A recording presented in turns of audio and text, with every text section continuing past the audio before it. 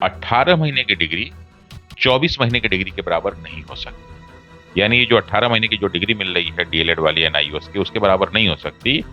उस आधार पे आने वाली जितनी वैकेंसी अभी जिसमें मतलब ज्वाइनिंग नहीं हुई है, उसमें ये पीआरटी के लिए वैलिड नहीं होंगे। उसके लिए जो है ये जो है फॉर्म भर भी लिए तो उसमें वो परीक्षा पास भी कर लेंगे तो उनको उसमें शामिल नहीं। कोर्ट के खिलाफ कोई बोलता नहीं, हम भी बोलेंगे तो हो सकता है कंटेम्प्ट ऑफ कोर्ट हो जाए।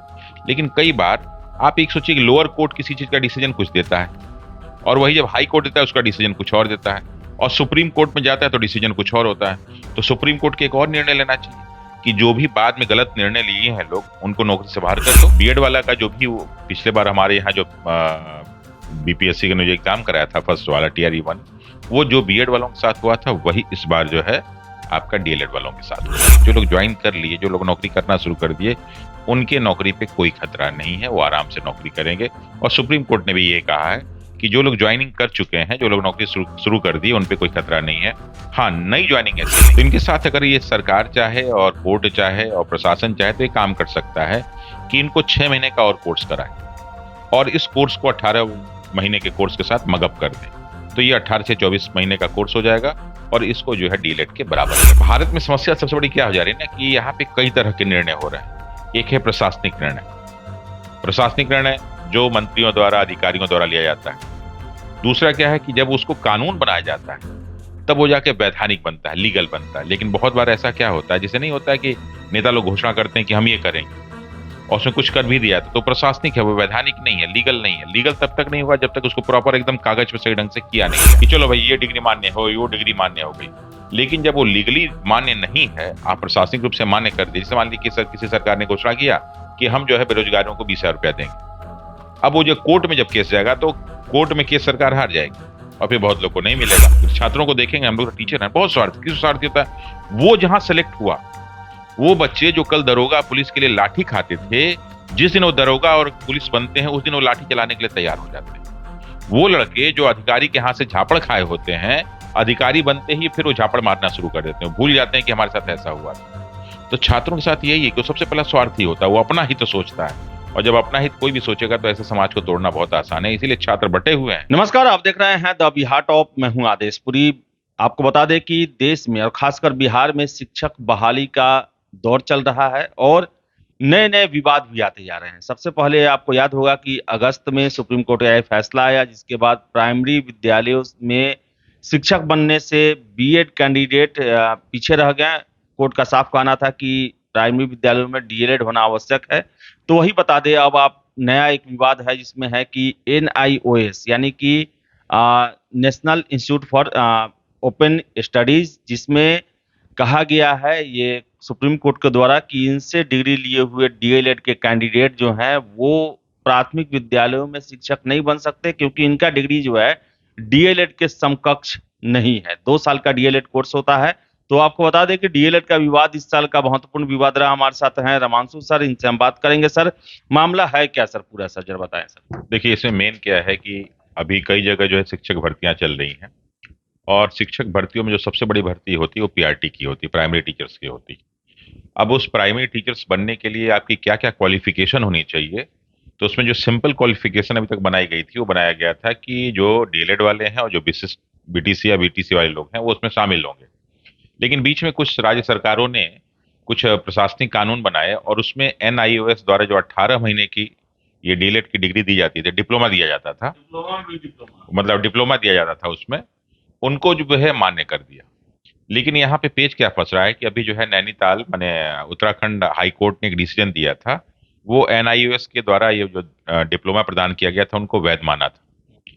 भारत में समस्या सबसे बड़ी क्या हो जा रही है ना कि यहाँ पे कई तरह के निर्णय हो रहे हैं। एक है प्रशासनिक निर्णय। प्रशासनिक निर्णय जो मंत्रियों द्वारा, अधिकारियों द्वारा लिया जाता है। दूसरा क्या है कि जब उसको कानून बनाया जाता है तब वो जाके वैधानिक बनता है, लीगल बनता है। लेकिन बहुत बार ऐसा क्या होता है, जैसे नहीं होता है कि नेता लोग घोषणा करते हैं कि हम ये करेंगे और उसमें कुछ कर भी दिया तो प्रशासनिक है, वो वैधानिक नहीं है, लीगल नहीं है। लीगल तब तक नहीं हुआ जब तक उसको प्रॉपर एकदम कागज पे सही ढंग से किया नहीं जाए, गजट में प्रकाशित नहीं किया जाए, उसके लिए सारी की सारी कानूनी कार्रवाई को पूरा नहीं किया जाए। तो ये एक बहुत बड़ी चीज है। वही हाल इस जो है डीएलएड वाले के साथ हुआ था। तो उसमें 14 लाख लड़के जो है वो डीएलएड की डिग्री चारों ओर से जहां जहां से प्राप्त कर सकते थे प्राप्त कर लिए, और बहुत सारे लड़कों को नौकरी भी मिली, वो जो है पीआरटी में नौकरी भी करने लगे। तो अभी ये विवाद चल रहा था कि क्या जो एनआईओएस से जो बच्चे डीएलएड किए हुए हैं वो प्राइमरी टीचर के लिए ऑथराइज्ड हैं कि नहीं। तो नैनीताल के हाई कोर्ट ने डिसीजन दिया कि नहीं, बिल्कुल है, ये दोनों डिग्रियां एकदम जो है सेम है। अब ये इसको चैलेंज किया गया सुप्रीम कोर्ट में, तो सुप्रीम कोर्ट में जो है डबल बेंच, मतलब दो जजों के बेंच ने, जो एक मिश्रा जी, पीके मिश्रा थे और एक गवई थे, उन्होंने डिसीजन क्या दिया कि नहीं साहब, 18 महीने की डिग्री 24 महीने की डिग्री के बराबर नहीं हो सकती।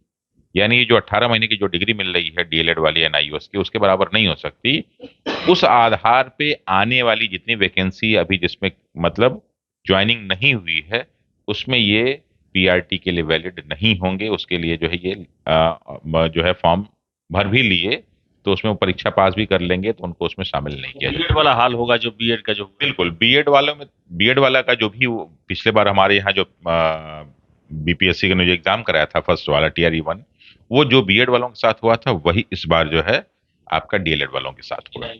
बिल्कुल। सर एक और इसमें प्रश्न आ रहा है कि जो लोग नौकरी ले लिए हैं, अब ये भी खबरें चल रही हैं उन सब लोगों को बाहर किया जाएगा, वो इसके योग्य नहीं है। सर इस पर क्या लगता है सर? नहीं नहीं, देखिए, मैं कई बार इस बात को मैंने इस पर कहा है कि अगर कोई भी प्रक्रिया जब कंप्लीट हो गई, एक होता है प्रक्रिया शुरू होना, तो लोग कहते हैं प्रक्रिया शुरू हो गया तो नियम नहीं बदलेगा। नहीं, जब तक प्रक्रिया कंप्लीट ना हो जाए तब तक उसमें चेंज किया जा सकता है। लेकिन जहां प्रक्रिया कंप्लीट हो गया, जो लोग ज्वाइन कर लिए, जो लोग नौकरी करना शुरू कर दिए, उनके नौकरी पे कोई खतरा नहीं है, वो आराम से नौकरी करेंगे। और सुप्रीम कोर्ट ने भी ये कहा है कि जो लोग ज्वाइनिंग कर चुके हैं, जो लोग नौकरी शुरू शुरू कर दी, उन पे कोई खतरा नहीं है। हाँ, नई ज्वाइनिंग ऐसी नहीं होगी। सर लेकिन बिहार में ये भी लोग कह रहा है कि अभी औपबंधिक जो है वो नियुक्ति पत्र मिला है, परमानेंट हुआ नहीं है, तो क्या इस अभी भी कुछ हो सकता नहीं, है? मुझे नहीं लगता। औपबंधिक भी बना दिए गए हैं ना, तो औपबंधिक जो है दो तरह से, जैसे क्या है कि वो प्रक्रिया कंप्लीट हो गई है।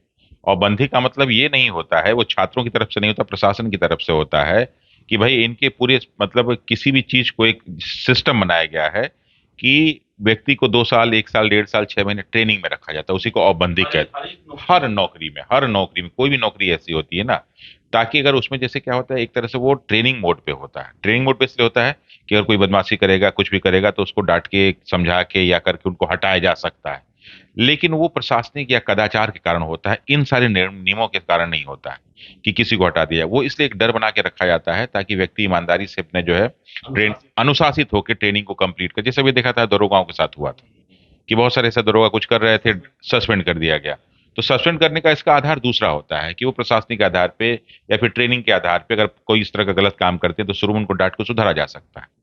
ठीक है, बाद में तो फिर प्रक्रिया चलने लगती, तो इसलिए होता है। इसलिए इसमें ऐसा कुछ नहीं होगा, उन पे कोई असर नहीं है। टीआरई 1 पे कोई असर नहीं पड़ने वाला है, जो भी असर पड़ेगा टीआरई 2 पे ही असर पड़ेगा, और वो 100% असर होगा। सर एक और चीज है सर, ये कैबिनेट नोट के द्वारा, प्रशासनिक फैसलों के द्वारा ऐसे ऐसे नियम बना दिए जाते हैं, इसकी जद में सर हजारों लाखों कैंडिडेट आ जाते हैं। अब सर बीएड वाले में ही देख ले, चाहे ये भी देख लें, अब तो ये तो कहीं के नहीं रहे छात्र जो एनआईओ से डीएलएड किए हैं, वो तो कहीं के नहीं रहे। तो सर क्या सर छात्रों के भविष्य को देखा नहीं जाता है क्या? अपने सहूलियत के हिसाब से फैसले लिए जाते हैं। नहीं, देखिए, जैसे क्या है ना कि जितने भी राजनीतिक दल है, A to Z, कोई भी राजनीतिक दल, ये इनका लक्ष्य यही होता है कि हमारा कैसे फायदा हो, हम कैसे सरकार में आए। अच्छा, अगर इसी में जैसे क्या होता है, आप देखिए कहीं भी चले जाइए पूरे भारत में, केंद्र सरकार से लेकर राज्य सरकार, और अब ये अभी की बात नहीं कर रहा हूं मैं, जब से हमारा देश आजाद हुआ है तब, उसके लिए जब अंग्रेज शासन थे तब, जब मुगल थे तब भी, सल्तनत था तब भी, शासन हमेशा अपना हित पहले सोचता है। हमारे भारत में ये बनाया गया है कि भाई राजा को पूरी जनता के बारे में सोचना चाहिए, जनता के बारे में नहीं, भविष्य के बारे में भी सोचना चाहिए। तो यहाँ क्या होता है कि हम लोग शॉर्ट टर्म गोल के लिए कुछ भी करने को तैयार हो जाते हैं, और इसी चक्कर में बहुत सारे निर्णय लिए जाते हैं। जैसे भी आपने देखा होगा कि जो है कई राज्य सरकार निर्णय लेती है कि सबको ये फ्री में बांटेंगे, वो बांटेंगे, वो बांटेंगे।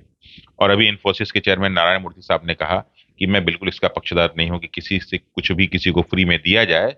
अगर किसी को भी कुछ फ्री में दिया जाता है तो उसके बदले उससे कुछ न कुछ कार्य लिया जाना चाहिए। ये आज पेपर में आप पढ़ेंगे ना, तो नारायण मूर्ति साहब ने कहा, इन्फोसिस के जो चेयरमैन। तो वो भी वो भी तो देशभक्त आदमी है ना, वो भी देश के हित में सोचता है, ऐसा करता है। लेकिन हमारे बहुत सारे नेता कहते हैं कि तुमको 50,000 दे देंगे, तुमको 1 लाख दे देंगे, तुमको 5 लाख दे देंगे। कहाँ से तुम दे दोगे? किसका हक मार रहे हो? अरे तुमको 1 लाख, 5 लाख, 2 लाख, 10 लाख, किसी को भी कुछ देना है तो उसके लिए कुछ अच्छा काम कर दो ना। और इसी तरह के निर्णय इस जो शिक्षा में भी लिए जाते हैं कि चलो भाई ये डिग्री मान्य हो, वो डिग्री मान्य हो गई। लेकिन जब वो लीगली मान्य नहीं है, आप प्रशासनिक रूप से मान्य कर दीजिए। जैसे मान लीजिए कि किसी सरकार ने घोषणा किया कि हम जो है बेरोजगारों को 20,000 रुपया देंगे। अब वो जो कोर्ट में जब केस जाएगा तो कोर्ट में केस सरकार हार जाएगी और फिर बहुत लोग को नहीं मिलेगा, तो लोगों को लगता है कि तो हकमारी हो गई। तो इस तरह यही नहीं है, तो इसी तरह ये जो है जितनी भी सरकारें हैं ना, उसमें से बहुत कुछ ही ऐसे लोग हैं जो फ्यूचर को सोचते हैं कि हमारा आने वाला भविष्य क्या होगा। मैक्सिमम अपने शॉर्ट टर्म गोल्स के लिए कुछ भी करने को तैयार हो जाते हैं, जिसका असर इन 14 लाख बच्चों के साथ अभी पड़ रहा है, डीएलएड वालों के साथ, और टीआरई 1 में उन बीएड वाले बच्चों के साथ पड़ा था। तो ये एक बहुत बड़ी समस्या है, पूरे भारत की बहुत बड़ी समस्या सर, है। आपको क्या लग रहा है सर कि फिर इनसे निकालने का एग्जिट प्लान भी कुछ होगा सरकार का, कि क्योंकि बहुत सारे कैंडिडेट ऐसे हैं जो केवल एनआईओएस से डीएलएड का डिग्री लिए हुए हैं, अब तो वो किसी लायक नहीं रहे। तो सर एग्जिट प्लान भी कुछ होता है, होगा कि नहीं होगा, या भाग्य के भरोसे नहीं छोड़ दिया जाए? देखिए, अगर वास्तव में इन लोग की मंशा अच्छी हो, तो जो बच्चा 18 महीने पढ़ा है और 24 महीने का कोर्स होता है, तो 6 महीने का और उसको कोर्स करा के उसको कंप्लीट करा दे, ताकि 14 लाख बच्चों का भविष्य खराब ना हो। क्योंकि 18 महीना का कोर्स करना तो कठिन काम होगा, लेकिन यही तो इनके साथ अगर ये सरकार चाहे और कोर्ट चाहे और प्रशासन चाहे तो ये काम कर सकता है कि इनको 6 महीने का और कोर्स कराए और इस कोर्स को 18 महीने के कोर्स के साथ मगअप कर दे। तो ये 18 से 24 महीने का कोर्स हो जाएगा और इसको जो है डीएलएड के बराबर कर दे, तो सारी समस्या का समाधान भी हो जाएगा। कोई भी किसी को किसी प्रकार की परेशानी नहीं, कम से कम ये बच्चे अगले वैकेंसी के लिए तो तैयार हो जाएंगे। वरना फिर इनको 2 साल के लिए अब करना पड़ेगा, बहुत लोग की उम्र खत्म हो चुकी होगी, बहुत लोग बहुत सारे काम कर रहे होंगे, तो उनके साथ समस्याएं आएंगी। तो इसलिए बेहतर यही है कि सरकार अगर इस तरह का कोई निर्णय लेती है तो मुझे लगता है कि सबके लिए फायदेमंद सर होगा। क्या लगता है सरकार निर्णय लेगी? यही बात सर बीएड वालों के समय आया था कि अगर वो डीएलएड का बराबरी नहीं कर पा रहे हैं, तो जो सब्जेक्ट, जो पोर्शन जो है, जो डीएलएड को पढ़ाया जाता है, जो एलिमेंट्री, जो बच्चों के प्राथमिक विद्यालयों में पढ़ाने के लिए जरूरी होता है, उसे करा के उसे भी समकक्ष कर दिया जाता। क्या लगता है सर, उस समय जब नहीं किया गया तो इस समय क्या करेगी सरकार ऐसा? ये देखिए, उस वाले कंडीशन में और इस वाले कंडीशन में एक फर्क है। फर्क क्या है कि एक बच्चा जिसके पास बीएड की भी डिग्री है और ये जो है क्या नाम, डीएलएड का मतलब ब्रिज कोर्स का है, तो उसके पास तो ऑलरेडी बीएड की डिग्री है ना, वो ये 1 से 5 वाले में नहीं आ सकता, लेकिन उसके मतलब 1 से हाँ, ऊपर जा सकता ऊपर तो जा सकता है ना वो। लेकिन यहाँ पे तो 1 से 5 वाले ही थे, उसी में हट गए ये। है। तो यहाँ इनके लिए बहुत एसेंशियल है। उनके पास तो ऑप्शन फिर भी था, इनके पास कोई ऑप्शन नहीं है। हाँ, उसमें आप कह रहे हैं कि उनको भी जो ब्रिज कोर्स तो सरकार कराने का प्रयास ही किया, लेकिन उसको मान्यता नहीं दिया गया। तो देखिए, भारत में कोर्ट के खिलाफ कोई बोलता नहीं, हम भी बोलेंगे तो हो सकता है कंटेम्प्ट ऑफ कोर्ट हो जाए। लेकिन कई बार आप एक सोचिए कि लोअर कोर्ट किसी चीज का डिसीजन कुछ देता है और वही जब हाई कोर्ट देता है उसका डिसीजन कुछ और देता है, और सुप्रीम कोर्ट में जाता है तो डिसीजन कुछ और होता है। तो सुप्रीम कोर्ट के एक और निर्णय लेना चाहिए कि जो भी बाद में गलत निर्णय लिए हैं लोग, उनको नौकरी से बाहर कर दो, उन सारे अधिकारियों को बाहर कर उनको जेल में डालो, जो एनआईओएस के साथ ये किए, बीएड वालों के साथ किए, उन जजों को जेल में डालो जो उन्होंने के पक्ष में उन्होंने डिसीजन दिया। ऐसे कैसे हो सकता है? अगर 2+2=4 होता है तो लोअर कोर्ट में भी होगा, हाई कोर्ट में भी होगा, सुप्रीम कोर्ट में भी होगा। ये कैसा होता है कि लोअर कोर्ट में कह दे कि नहीं 2+2=5 कर दे, हाई कोर्ट कह दे जो नहीं हाँ सही है 2 पर, और जब जब जाए सुप्रीम कोर्ट में तो कहते हैं 2+2=4 होता है। तो ये तो गलत चीज है ना। तो आप अपने जजों पे भी कार्रवाई कीजिए, उन प्रशासनिक अधिकारियों पे भी कार्रवाई कीजिए और नेताओं पे भी कार्रवाई कीजिए जो इन बच्चों का भविष्य बिगाड़ रहे हैं। लेकिन समस्या क्या है ना कि हम लोग के समाज में जो छात्र है ना, वो सबसे ज्यादा बटे हुए हैं। छात्र अपने आप को सबसे ज्यादा इंटेलेक्चुअल मानते हैं, सबसे ज्यादा ज्ञानी मानते हैं, लेकिन सबसे छीछा लेदर इन्हीं का होता है। इसका मेन कारण क्या है ना कि ये हमेशा अपना हित, सबसे स्वार्थी होता है। अगर छात्रों को देखेंगे, हम लोग तो टीचर हैं, बहुत स्वार्थ, किस स्वार्थी होता है? वो जहां सेलेक्ट हुआ, वो बच्चे जो कल दरोगा पुलिस के लिए लाठी खाते थे, जिस दिन वो दरोगा और पुलिस बनते हैं उस दिन वो लाठी चलाने के लिए तैयार हो जाते हैं। वो लड़के जो अधिकारी के हाथ से झापड़ खाए होते हैं, अधिकारी बनते ही फिर वो झापड़ मारना शुरू कर देते हैं, भूल जाते हैं कि हमारे साथ ऐसा हुआ था। तो छात्रों के साथ यही है कि वो सबसे पहला स्वार्थी होता है, वो अपना हित सोचता है। और जब अपना हित कोई भी सोचेगा तो ऐसे समाज को तोड़ना बहुत आसान है। इसीलिए छात्र बटे हुए हैं और उनका कोई नहीं सुनता, उनके साथ ऐसे ही होता रहता है हमेशा। तो ये देश का दुर्भाग्य है। तो देश का दुर्भाग्य है छात्रों का भी कि उनका डिग्री जो है वो अमान्य हो गया।